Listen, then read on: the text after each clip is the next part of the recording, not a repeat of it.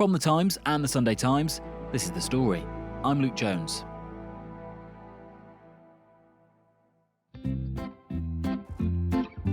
Ever since 1976, the UK has rationed uninterrupted sunshine and high temperatures. We're allowed 2 weeks, it comes when you're not ready, and is always bookended with rain. So if you're after a warm front, you're often forced abroad. Brits and many other nationalities aren't very imaginative, so often end up in the same places. Take the Canary Islands, for example, which is just consistently pleasant. But now, some residents have had enough.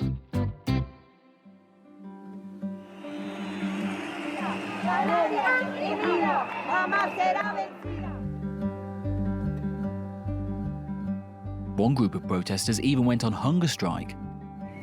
People are right now quite bad.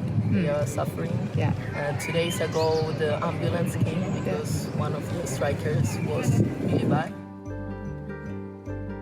Locals are being priced out, they say. Their way of life is being threatened by holidaymakers. We actually, because we were colonized, we feel kind of we still are colonized. And people are not appreciating our culture or our traditions. They just come here and do their own thing, fish and chips, and like the typical English or German or Russian. But they are not here because of Canary Islands. They are just here for the sun and the hotel and the cheap drinks.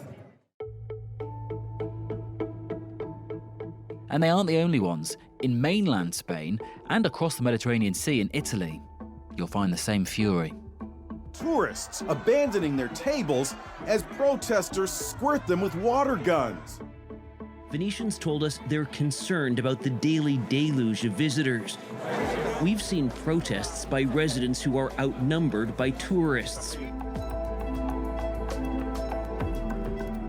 What can be done? How can tourists and tourist-reliant economies be calmed down? Or is the annual tidal wave of visitors just inevitable now? The story today: tourists go home. Is Europe at its limit?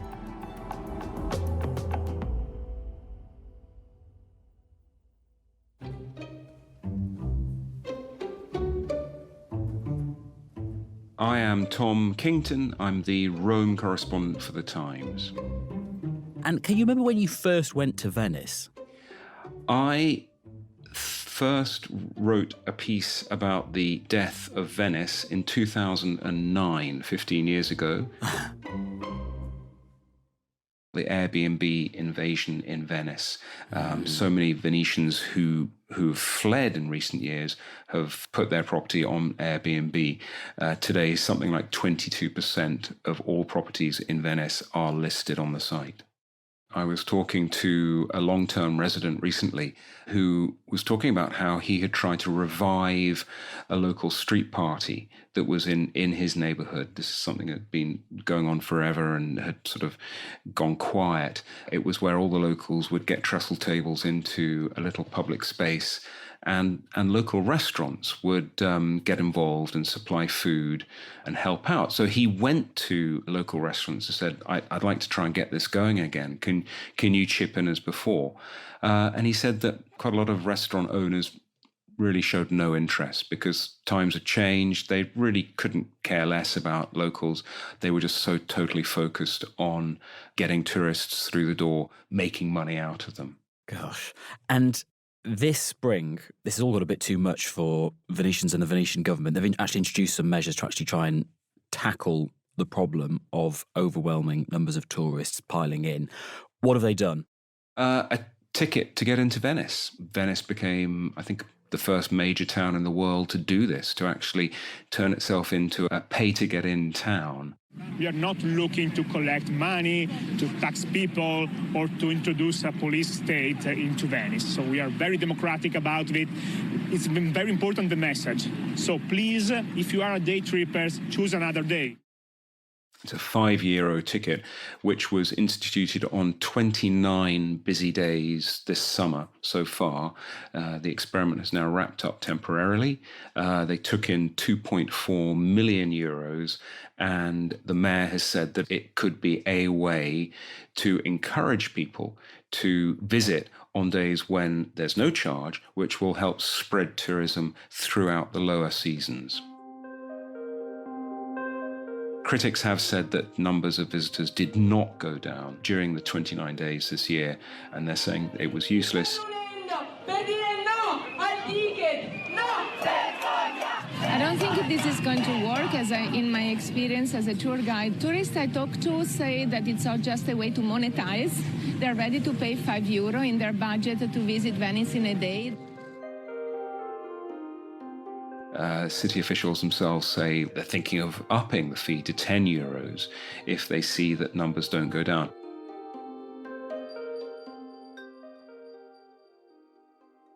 So that's Venice then. Obviously a massive tourist hotspot, 20 million visitors annually.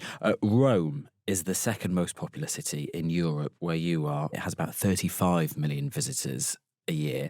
And recently there has been a flare-up in a particular neighbourhood in Rome. What happened and why? This is Trastevere, which is an ancient, formerly working-class neighbourhood, very pretty, narrow lanes, little piazzas, just across the Tiber from the main part of the city. And it's undergone huge change in recent years. It's become a tourist hotspot. And lots of rowdy revellers at night in the streets, which is creating quite a disturbance for locals trying to get to sleep. And there have been incidents where the locals come out onto their balconies and chuck water on the revellers. And that nearly turned to violence recently when wet revellers then broke into an apartment building and were running up and down the stairs trying to find the apartment of the person who'd just chucked water on them, yelling, "We'll kill you." And in this corner of Italy, I mean, there must be a divide between people who are pleased to have the people coming and spending their pounds and dollars and the rest, but you must hear of a lot of anger, I mean, short of throwing water on people.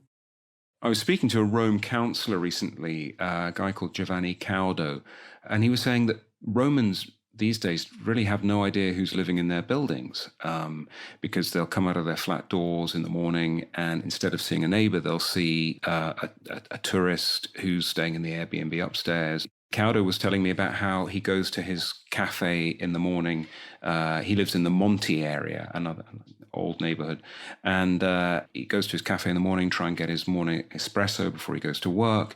Can't get in anymore because the cafe has done a deal with local short rental places that they will give the guests breakfast in the morning. So he gets there, he expects to meet his neighbors, to have a gossip with the barista, something that is a sort of a custom for many, many Romans. And it's just off the table because he can't get in. And yet, correct me if I'm wrong, you're not seeing across Italy widespread rebellion, sweeping laws coming in across the place to really clamp down on this. No.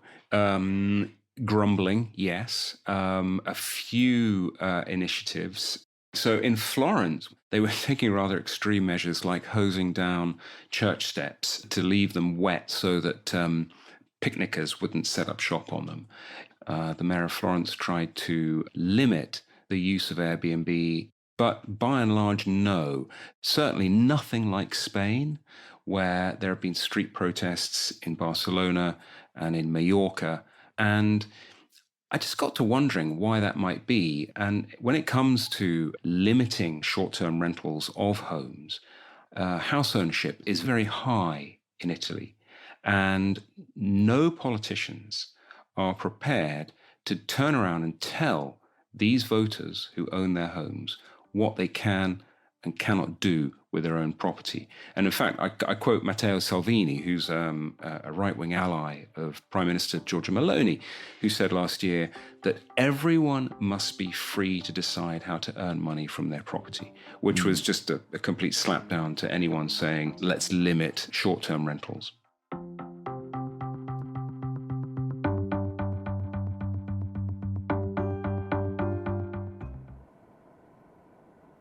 I'm Lottie Hayton. I'm a reporter at The Times covering mainly home and foreign news.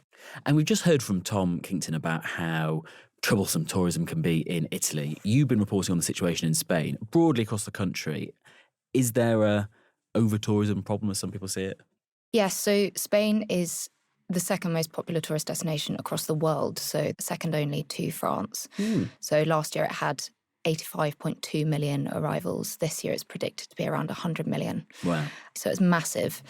And there is anger at the effects this is having. So there's increased housing costs, and there have been protests in Palma de Mallorca and also in Barcelona, Malaga, and then the Canary Islands has been a big hotspot for protests. Gosh, okay, so right across the place. Yeah. You've witnessed one set of actually rather extreme protests of this flavour. Whereabouts? So I went to Tenerife, which is the largest of the Canary Islands, and the island sort of has two sides to it. On the one hand, it's this beautiful, desolate, rocky landscape, great big mountains, blue waters, lovely little coves where boats come in.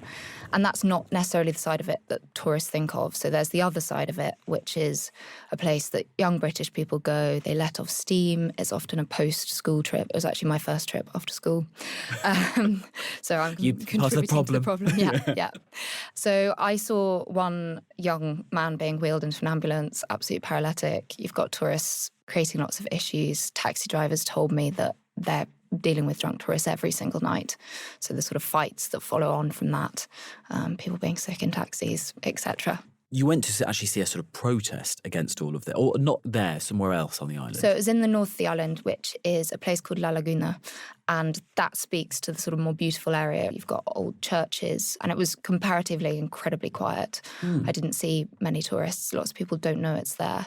So the protest there was a hunger strike, which sounds incredibly extreme, and that's why I went out there to cover it.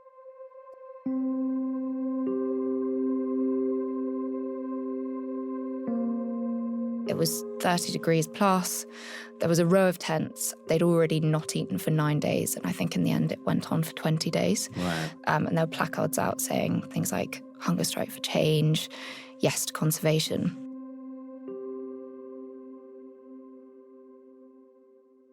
And what kind of demographic and what kind of people were they doing the hunger strike?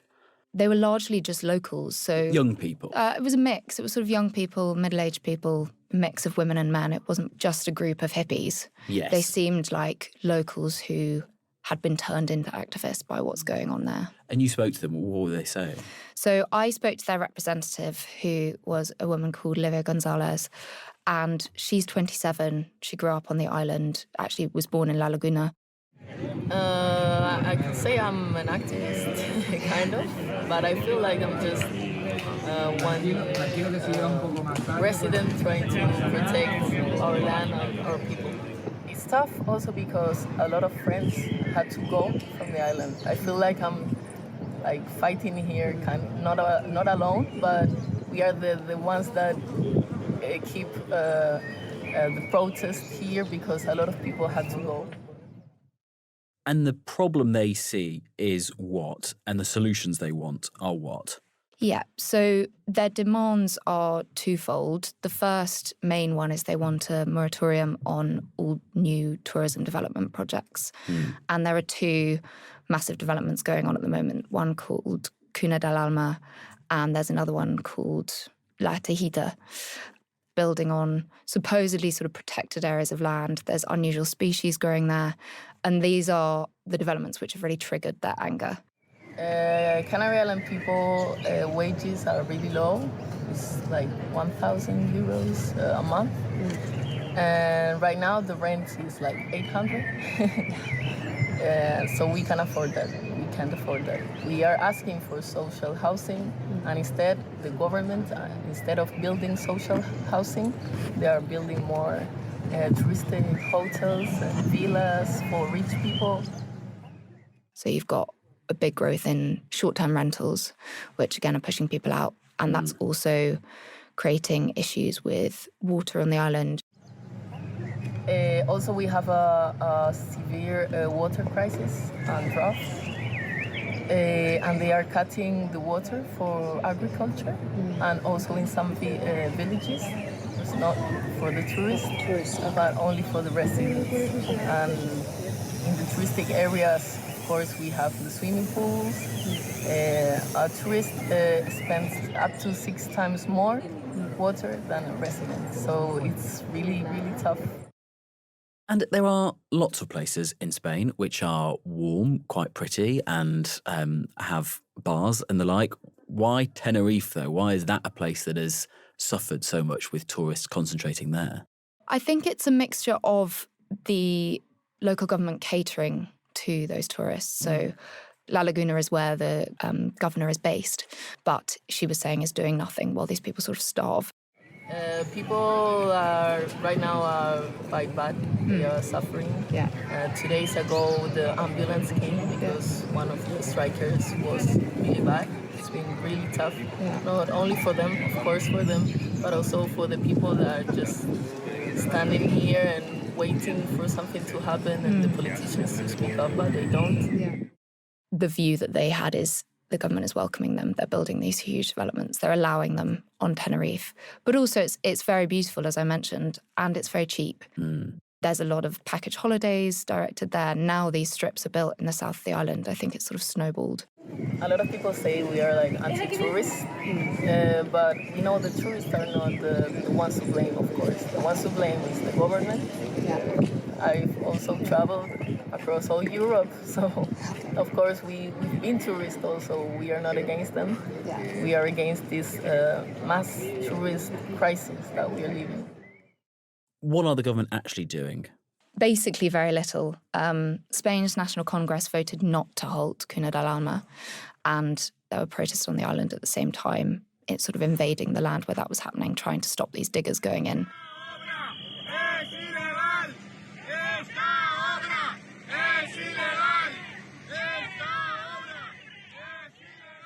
There is a draft law to regulate holiday lets. It doesn't limit the number of rental properties, but it says that 90% have to be dedicated to residential use. So only 10% for tourists, it's tough, but protesters don't think it's going far enough. And I think they're sort of waiting to see whether it will actually be implemented, because at the moment there's a huge amount of short-term rentals. And if this is a large problem which is aggravating lots of people, why is the government only going that far? Why are they not going the full hog? Well, I think a sort of key tell was the Chamber of Commerce in Tenerife said they definitely needed to reflect on the future of tourism, but they warned against tourism phobia. So the industry makes up 35% of the GDP of the archipelago and 40% of its jobs. So it's a sort of balancing act. And the government clearly have a concern to balance local concerns, but also keep money coming in. And I think that's an issue that you're seeing across Europe as a whole. So there's always this tension between these countries whose economy is incredibly reliant on tourists, but also they need to work out a way to allow tourism that's sustainable and good for locals.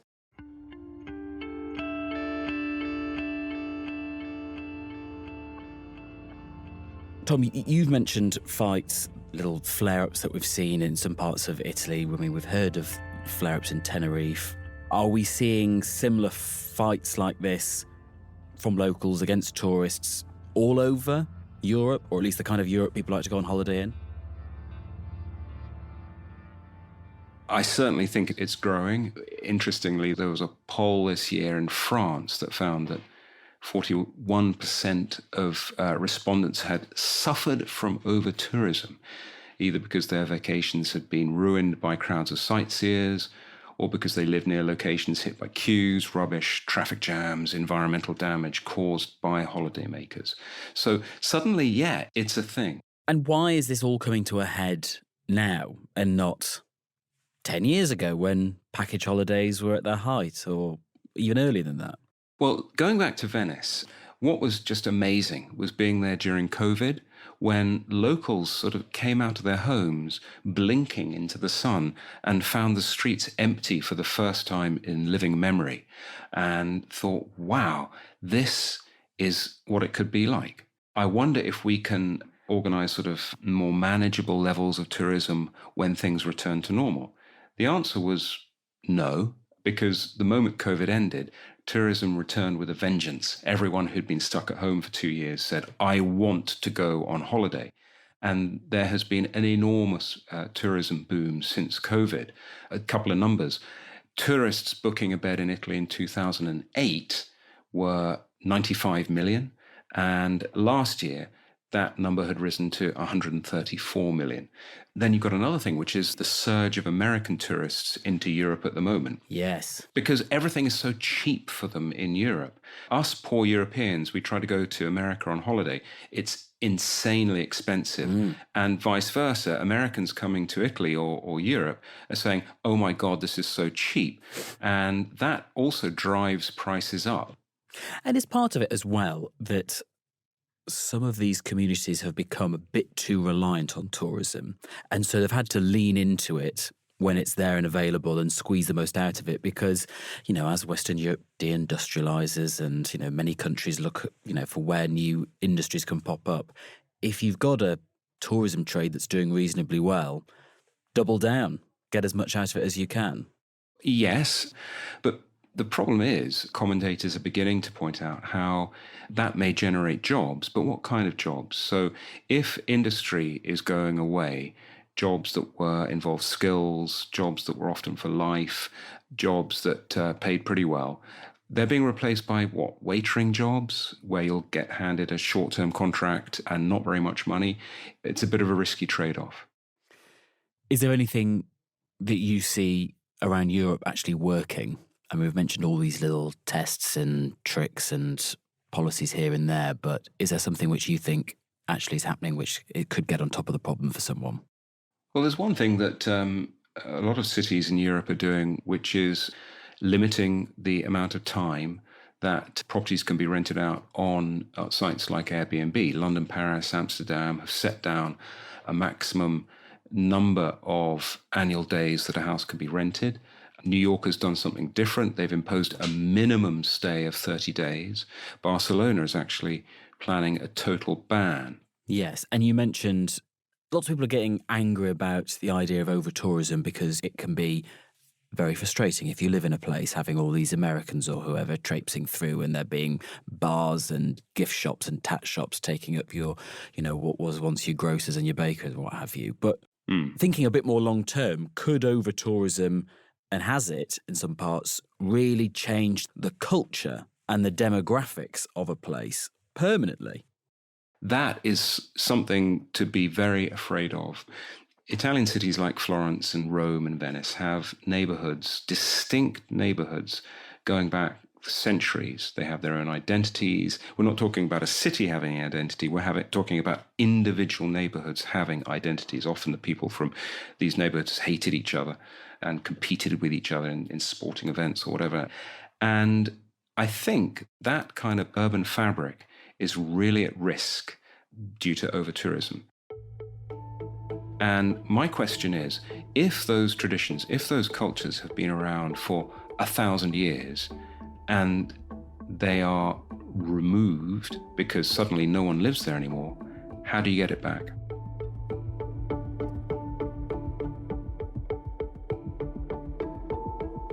That was Tom Kington, Rome correspondent for The Times, and Times reporter Lottie Hayton as well.